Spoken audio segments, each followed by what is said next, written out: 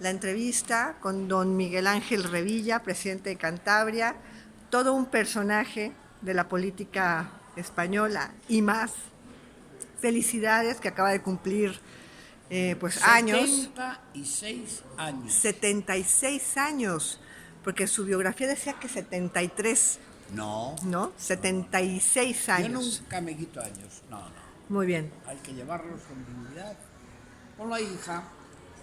Gracias, pasa. Te agradezco. Ahora me lo dedicará, ¿verdad, don Miguel Ángel? Mira, mira.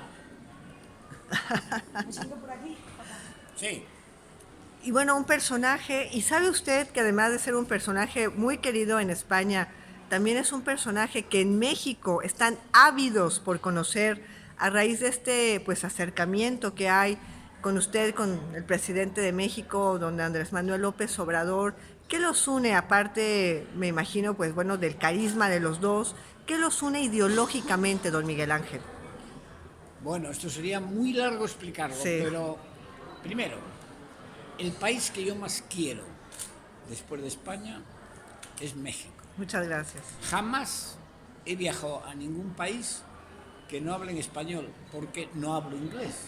Entonces a veces me dicen, bueno, pero ¿por qué no puedes ir si hay intérpretes? Yo necesito acompasar la voz con los gestos. Con un intérprete no puedo calibrar con quién estoy hablando. De tal manera que yo he salido de España solamente en 7 ocasiones en mi vida. 7. ¿A qué países? Una a Cuba, otra a Costa Rica, que no llegó a 24 horas, y 5 a México. Muy bien. 5 a México. Bueno, en una ocasión yo empecé a leer hace años la trayectoria de un luchador en contra de los grandes poderes, en contra de los grandes fenómenos mediáticos, de un hombre que había perdido, que había ganado pero le habían quitado las elecciones y seguía adelante. Y como en pequeña escala yo me veía reflejado en ese luchador, al que considero ante todo con una virtud que yo creo que él tiene y que yo tengo, que es la honradez. Te puedes equivocar, pero que era un hombre luchador y honrado, de vida austera.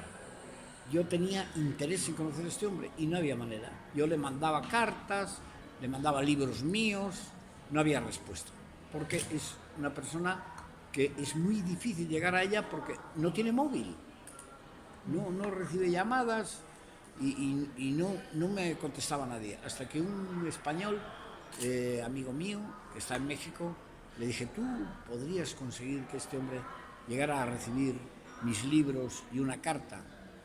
Y me llama un día y dice, tengo el contacto a través de la secretaria general de su partido. De Jacob Polensky. Exactamente. Ajá. Que tengo con ella relación, un hermano mío incluso, pues bueno, salió con ella, tal. Bueno, total que en un momento determinado, pues yo le mando los libros y una carta y le digo, hace año y medio, intuyendo que usted va a ser el próximo presidente de México, y que luego de presidente será muy difícil traerle, quisiera enseñarle una tierra pequeña, infinita, llamada Cantabria, donde está el origen de España y donde supongo que conocerá que su abuelo era de un pueblo llamado Ampuero. Claro. Entonces le propongo, ya que estamos en el año jubilar lebaniego, ganar el jubileo en Liébana, conocer la Universidad de Cantabria, dar una charla a Correcto. empresarios. Todo esto se lo mando y un buen día recibo un correo de alguien que no era él, yo no le conocía, y me dice, el licenciado Manuel López Obrador y su esposa Beatriz Gutiérrez Müller han reservado las noches del jueves, viernes y sábado del mes de septiembre del año 2017 en un hotel llamado, que está al lado de donde tengo yo el gobierno, un hotelito muy sencillo, reserva de hotel. El problema que tienen es que van vía Londres a Bilbao a las 6:30. ¿Cómo pueden ir desde Bilbao hasta Santander?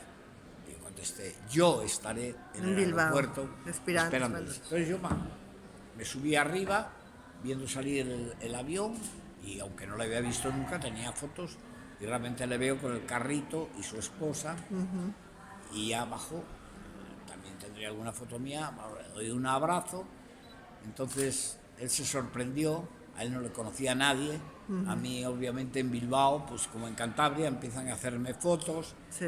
Él se presta a hacer las fotos y me pregunta, pero tú eres de Cantabria, ¿que esto por qué es, no? Digo, no, porque salgo mucho en televisión. Sí. Bueno, estuvo 3 días aquí y llegamos a hacer una relación tan entrañable, que él me mandó luego un vídeo. Estuvimos hablando de... Bueno, yo le veía ya presidente, hace año y medio le veía. Digo, vas a tener un resultado espectacular, porque México necesita un cambio. México no puede seguir siendo un país tan inmensamente rico, con tanta gente donde el 50% está en el umbral de la pobreza, tanta corrupción. Bueno. ¿Lo tienen el WhatsApp al presidente de México? ¿Eh? ¿Lo tienen su WhatsApp al presidente de México? No. No, yo tengo a Beatriz, que es su mujer. Vale, perfecto. El contacto es Beatriz. Claro, pero habla muy seguido por teléfono Bueno, con el presidente de México. Todas las semanas. Entonces, bueno, pues yo me invitan al Congreso de Morena 6 meses antes de las elecciones. Yo no puedo ir, pero sí mando un vídeo que abrió el Congreso, bueno, pues apoyándole. No solamente eso, sino que en programas de televisión española, por ejemplo El Hormiguero, pues hice 3 programas que luego aprovecharon allí en spots publicitarios, recomendando el voto a López Obrador. Y luego pues ocurrió que tuvo un resultado que incluso yo pronostiqué 3 días antes en un Facebook, diciendo, Sí, en las encuestas le dan ganador, pero va a superar el 50%. Sacó el 54%. Bueno, total, fui invitado especial a su casa a Palenque, en compañía de otros 2 amigos. Sí, de Jeremy Corbyn. Y de Silvio Rodríguez. Bueno, pues todo eso ha pasado, tal. Bueno, no solamente eso, sino que al día siguiente de las elecciones, ante el agobio que se organizó en el domicilio donde él vivía, pues nos mandó un mensaje Beatriz diciendo, esa familia nos acogería unos días para relajarnos a mí y a mi hijo Jesús Ernesto. Y se vinieron 3 días a estar aquí una semana en Cantabria.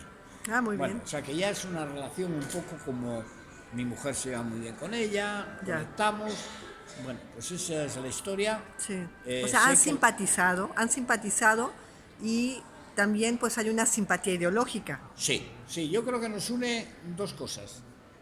Por lo menos, hombre, yo por lo que he oído a gente Sí. incluso de la que tengo allí que no tienen un buen concepto de él, en cuanto a que tienen miedo de que tome medidas muy radicales. Ya sé que ahí se le acusa de ser un chavista, de ser un castrista, nada de eso.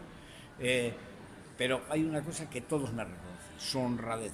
Es un hombre íntegro, que es una de las cosas que yo pongo en primera condición para un político. Y luego que es un luchador, eso es impepinable. Yo también he llegado a la presidencia de Cantabria sin ser del PP, del PSOE, de Ciudadanos, de Podemos, por un partidito autónomo. El partido regionalista, ¿no? De De Cantabria. Sí, Cantabria. Entonces todo Usted lo eso fundó, yo sí. lo he valorado muchísimo y hemos hecho pues una simpatía. Él ha leído mis libros, yo creo que coincidimos, no sé si conoces el vídeo que hicimos los 4 desde la chingada, los 4 Sí, tenores. correcto, sí, por supuesto, sí. Bueno, Lo pues, vi. ¿qué nos une? Pues somos gente con sentido común, honrados, que queremos un mundo más justo, que estamos en contra del militarismo, estamos a favor de conservar el medio ambiente, tampoco somos extremistas de nada, pero todo eso, aquellas 4 personas que hemos estado en México y nuestras esposas, pues estuvimos 3 días aislados, allí no llamó nadie por teléfono, no se cogió un móvil hablando del futuro de la humanidad, de tal. Bueno, fíjate que estamos hablando de un hombre que es admirador de Fidel Castro. Jeremy Corbyn es un laborista inglés. Yo tenía discusiones con Silvio, pues que me parecía que no, Cuba no iba bien, bueno, pero yo creo que nos unía esas cosas, que por encima de las discrepancias teníamos puntos muy importantes en común. O sea que esos días en Palenque, en ese ranchito de la chingada, discutieron de política internacional. Sí. ¿Llegaron a hablar de Trump? Hablamos de Trump, sí, hablamos de Trump. ¿Qué opinión tiene de Trump? Muy mala, muy mala, muy mala. La de usted, sí, la de usted. Sí, la mía es muy mala. Sí. Bueno, Anlo, que yo creo que tiene la misma opinión que yo, pero sabe que hay que convivir con él.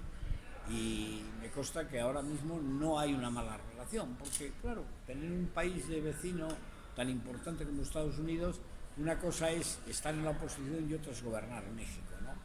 Pero este hombre es un hombre que representa a los intereses del país hegemónico en el mundo. Es un hombre que está convencido que hay un cambio climático, pero quienes le han puesto son los sectores que le han puesto para eso, ¿no? Los sectores que están por conservar el petróleo, por conservar el gas, por seguir creando tensiones en el mundo. Los dos grandes sectores en Estados Unidos son las armas, que es el 20% del PIB industrial, y la industria del petróleo y el gas. Entonces, no es que él no piense como pensamos los demás, que estamos ante un cambio climático y que hay que proteger el medio ambiente, ¿no? Es que él le han puesto ahí para defender sus intereses. De modo que en cuanto llegó, lo primero que hizo pues fue derogar todo lo que Obama había prohibido de explorar en zonas estratégicas del planeta, en determinados mares, en Alaska. Bueno, es lo que le toca hacer, porque él no es más que un instrumento de ese nuevo rumbo americano. Y luego otra cosa que defiende, que también lo propone la gran industria americana, el proteccionismo. Proteccionismo, armamento, gas y petróleo, eso es Bush. Entonces, pues él cree en un mundo de supremacía de la gran potencia, y entonces pues ha traído al mundo, pues yo creo que lo peor que puede aspirar ahora mismo una gente sensata, que es que tenemos que conservar el planeta, que tenemos que hacer un mundo global y que tenemos que considerar a todas las personas pues con derechos a moverse por el mundo, a buscarse la vida. Es increíble que un país como Estados Unidos, que pues en el año cuando llegó Colón no existía, prácticamente en el siglo XVII no existía, y que es una gran potencia fruto de la inmigración de gentes de todo el mundo. América hoy es algo global que fue fruto del que hicieron una potencia los que llegaron allí, porque allí no había nadie, y que entonces esté adoptando una postura xenófoba, sobre todo con México, y luego que mantenga teorías como las que mantiene de que todo esto del cambio climático es un cuento, ¿no? Cuando hoy cualquier sensato reconoce que estamos ante una situación de emergencia, que si seguimos contaminando el medio ambiente, pues esto acabará con el planeta. Pero bueno, él, que yo creo que esto lo tiene también claro, es un instrumento de una política americana que de vez en cuando pues hay ciclos en que opta por gente sensata como Obama, y luego, bueno, y esto ha creado una inestabilidad que repercute en el resto del mundo. Claro. El proteccionismo está originando una ralentización de la economía, el conflicto con China, el crear tensiones con Irán, con el otro país. Es que hay que mantener guerras, aunque parezca increíble, hay que mantenerlas, porque así como un electrodoméstico al cabo de 20 años hay que cambiarlo, o un coche, si la industria del armamento produce tanques, misiles, hay que usarlos. Claro. Ahí no caben historias, eso. Y entonces este hombre pues crea tensiones. Claro. Primero intentó con el gordito este con el Kim Jong, este, ¿cómo se llama? Kim Jong, pero luego pues ahora tienen el punto de mira norte, en otros sitios, ¿no? Claro. Pero hay que descargar munición. Yo creo que es lo peor del momento político. ¿Y qué consejos en este momento tan ríspido, en esta situación en el que estamos en el ámbito internacional, Trump intentando hacer otro tipo de orden internacional? Durante su visita estos días previos a la toma de posesión del presidente López Obrador, ¿le dio algún tipo de consejo? Usted va para la cuarta reelección. ya es un hombre curtido Ya, pero bueno. en mañas en el poder. Ya, ¿Le dio pero- algún tipo de consejo que fuera Bueno, sí, le paciente? di muchos consejos. ¿Cuál fue el principal? Pero vamos a ver. Vamos a ver, compararme a mí, ¿eh? Que soy el presidente de una comunidad de 571.000 personas ayer, comparado con México. Bueno, claro. México es mucho México. Sí, claro. México, entre los que viven en México y los que viven en Estados Unidos, son 150 millones de personas. O sea, eso es algo que se escapa. Yo, pues, hombre, Casi 4 veces España. claro, es que no es como... Y Cantabria, pues bueno, pero sí le di algunos consejos. Por ejemplo, que garantizase... Vamos a ver, la economía de mercado es una economía que está ahí para quedarse y que únicamente tiene que tener correcciones. Pero hoy está demostrado que las doctrinas comunistas... Cógeme esto, niñuca. Atiende ahí a todo el mundo. Esta es mi hija, ¿eh? Digo, ese sistema está demostrado que es... Ya se acabó. Eso no tiene ningún sentido. El capitalismo feroz, que todavía pues, ahora en Estados Unidos lo representa el señor Trump, de libertad sin ningún tipo de control, pues también fracasó ya en la época de los años 30, cuando vino la crisis. Tiene que haber un sistema que, conservando la libertad de mercado, que por lo tanto sea una especie de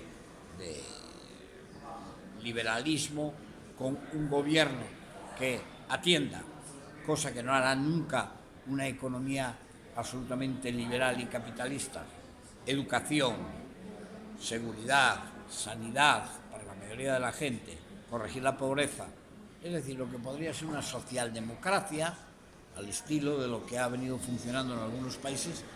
Ese era el sistema que había que implantar a México y que no metiera miedo a nadie, porque no hay que quitarle a nadie nada, simplemente que la gente lo que tiene que hacer es pagar sus impuestos y el que se salga de las normas aplicar la ley, y contra la corrupción pues implacables.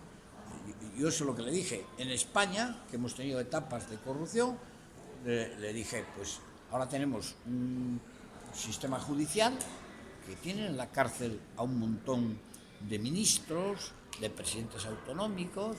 O sea que hay factores que, haciendo una justicia independiente, pues puede controlar ese tema y que sepa que el que la hace la paga, ¿no?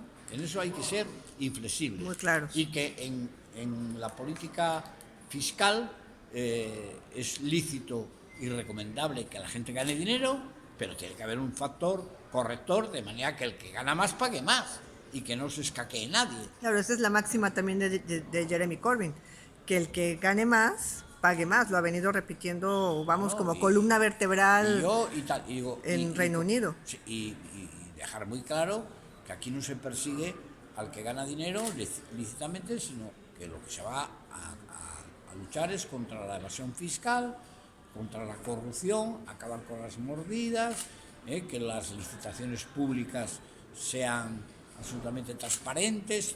Bueno, yo le di las recomendaciones de lo que yo practico en Cantabria a pequeña escala, ¿no? Claro. Y luego, pues en el tema de Estados Unidos, intentar usar una buena relación sin que haya Un diálogo. que haya un diálogo, porque tenemos una frontera impresionante. Si la tenemos nosotros con Marruecos. Pero hay forma de dialogar con una persona como Trump, que ha perdido casi el 70% de su gabinete más cercano, de sus colaboradores más cercanos. Para mí es una persona que no.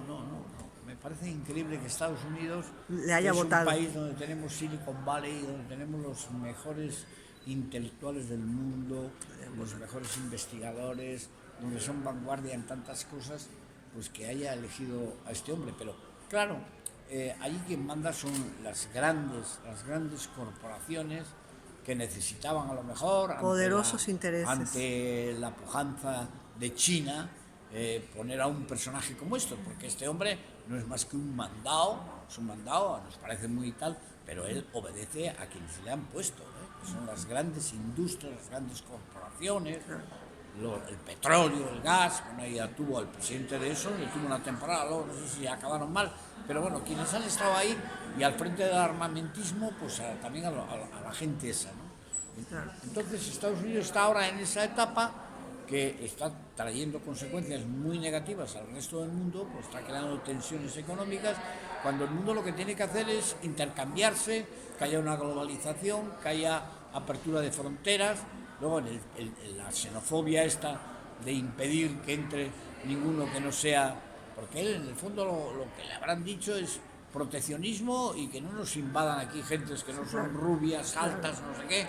Luego un hombre que tiene un concepto de las mujeres, bueno, a mí me parece terrible que un país como eso, pero bueno, es lo que toca, porque los políticos en muchos casos, no es el caso de Aldo, que ha salido en contra de todos, o yo que he salido en contra de todos, ¿no? Pero la mayoría de los políticos obedecen a coyunturas y se les pone ahí porque alguien está detrás para que sea ese el personaje. O sea, el mundo está muy controlado. Excepciones como la de Aldo, o como la mía, a pequeña escala, son muy raras. Estamos viendo en el plano internacional una lucha también entre la ultraderecha que se está reorganizando fuertemente, sobre todo para asaltar el Parlamento Europeo en las elecciones del 26 de mayo aquí en la Unión Europea, y por otro lado como una fractura de la izquierda. ¿Qué pasa con estas polarizaciones políticas, don Miguel Ángel? Bueno, porque aquí en Europa venimos de una crisis. Entonces, en las crisis es muy fácil hacer demagogia y echar la culpa a, ¿no? Por ejemplo, en España. En España hay un aditamento que ha contribuido también a esa aparición de la extrema derecha, que es el tema de Cataluña.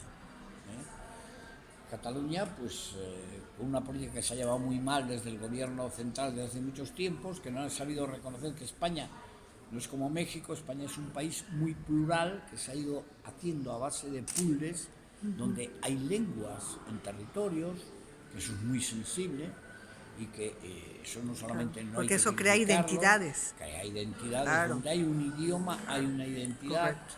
Por eso yo siempre lamento profundamente que el mayor error de España es no haber explotado el mayor patrimonio que tiene, que es la lengua que la hablan 500 millones de personas y que probablemente al final del siglo lo hablen 1000. Entonces aquí ha habido una derecha que no ha entendido esa diversidad que hay en España, que hay que reconocerla. En Euskadi hablan vasco, en Cataluña hablan catalán, en Galicia hablan gallego. Entonces eso desde Madrid, que es la capital de España, y los gobiernos que ha habido aquí, no lo han sabido entender nunca. Incluso cuando se aprobó un estatuto que no era nada del otro mundo, lo impugnaron a los tribunales. Entonces, pues en Cataluña hay un 50% de la población que se siente hostigada por el gobierno central, y hay un riesgo ahí importante que han conseguido capitalizar en el resto. El Partido Popular, que ha gobernado, ha perdido Cataluña, dice, bueno, a cuenta de defender lo hispano, somos España, que eso está, después de 500 años, este país tiene una identidad, lo han explotado en los demás sitios para, habiendo perdido Cataluña, recuperar votos en el resto de España. Pero también ha habido una crisis. Lo que vemos es que ya lo de Cataluña es como lo del Brexit, es la pescadilla que se muerde la cola. Ya no saben cómo resolverlo. ¿Qué va a pasar con Cataluña, don Miguel Ángel? ¿Lo ve independiente? ¿Lo ve realmente con esa independencia? Y ahora también una pregunta. ¿Realmente quieren los catalanes esa independencia para ser un país? ¿O es más un chantaje político cainita que tienen ahí? Bueno, es que, como ha habido, ya digo, una mala política desde el gobierno de España de no entender esa singularidad, porque si en el año 2009 aquel estatuto que había aprobado el pueblo catalán, el Parlamento catalán y el Parlamento de España no se lleva a un tribunal para que lo eche abajo, no estaríamos hablando de esto. Entonces se han sentido como heridos, ¿no? Si resulta que lo que aprueba Cataluña y aprueba España, un tribunal, todos sabemos que los tribunales son independientes relativamente, ¿no? El PP entonces gobernaba y da orden al Constitucional que pare ese estatuto. Eso es un agravio. La gente se siente engañada, dice, si no tenemos capacidad de decisión, en algo que hemos aprobado en Cataluña y hemos aprobado en España, ¿a dónde vamos? ¿Qué pasa? ¿Tenemos rabo? ¿Somos una gente rara?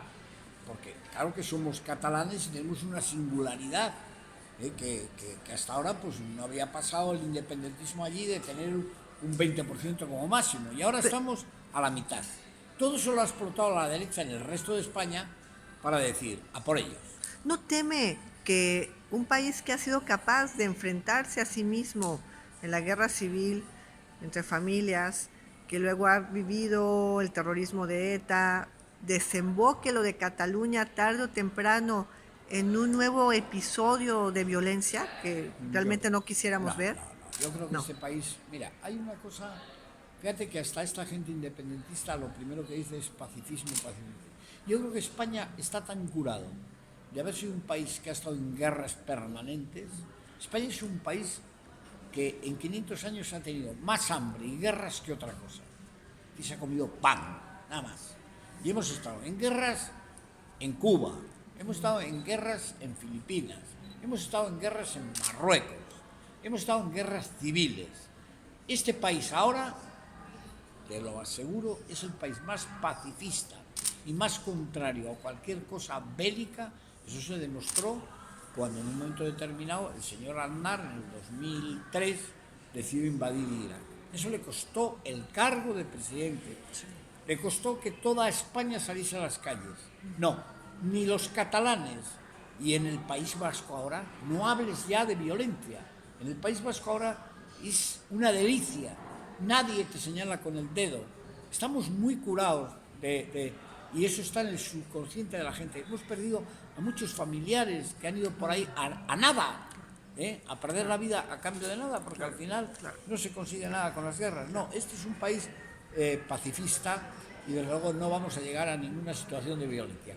Yo creo que eso tendrá algún arreglo si desde Cataluña aparece ahora algún sector sensato que reivindique ciertas cosas que igual se merecen y hay que darle, y apuesten por una vía que desde luego no puede ser otra que el respeto a las leyes.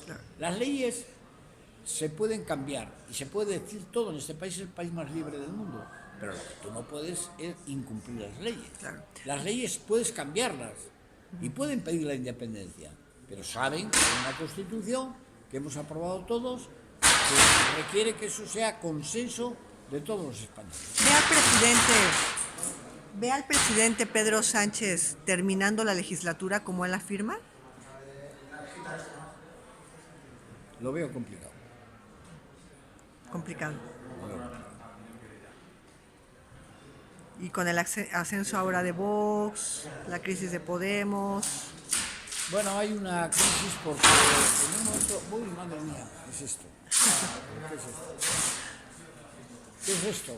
Están quitando ahí unos paneles. Entonces lo ve complicado, ¿no? El panorama. Veo difícil. Pero este es un país que... Vamos a ver. El pueblo ahora mismo está perplejo porque voy a decirte algo. Sí. Mira, este es un país extraordinariamente fuerte en la ciudadanía. Mira, estamos en un país que es el más solidario del mundo. Han salido encuestas. El país que más dona. Más donas sangre, órganos. Es un país que se ha convertido en el segundo lugar de atracción del mundo después de Francia, por encima de Estados Unidos. Es un país que tiene una lengua que hablan 500 millones de personas.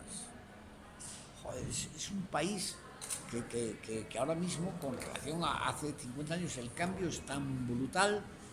Bueno, es un país que recibe a tanta gente, por algo será, no sé, claro. Y que tenemos ese potencial de la lengua. No sé, yo creo que en ese momento que es un país que no tiene los dirigentes que se merecen. Pero yo creo que esto será un tema pasajero. ¿Qué pasa? La derecha también ha utilizado las crisis para decir que la culpa es de los que vienen. A mí eso sí que me duele, especialmente en España, ¿no? Que digan que vienen inmigrantes, pero si este es un país que ha salido adelante por los que han ido a otro lado y han mandado su dinero para acá.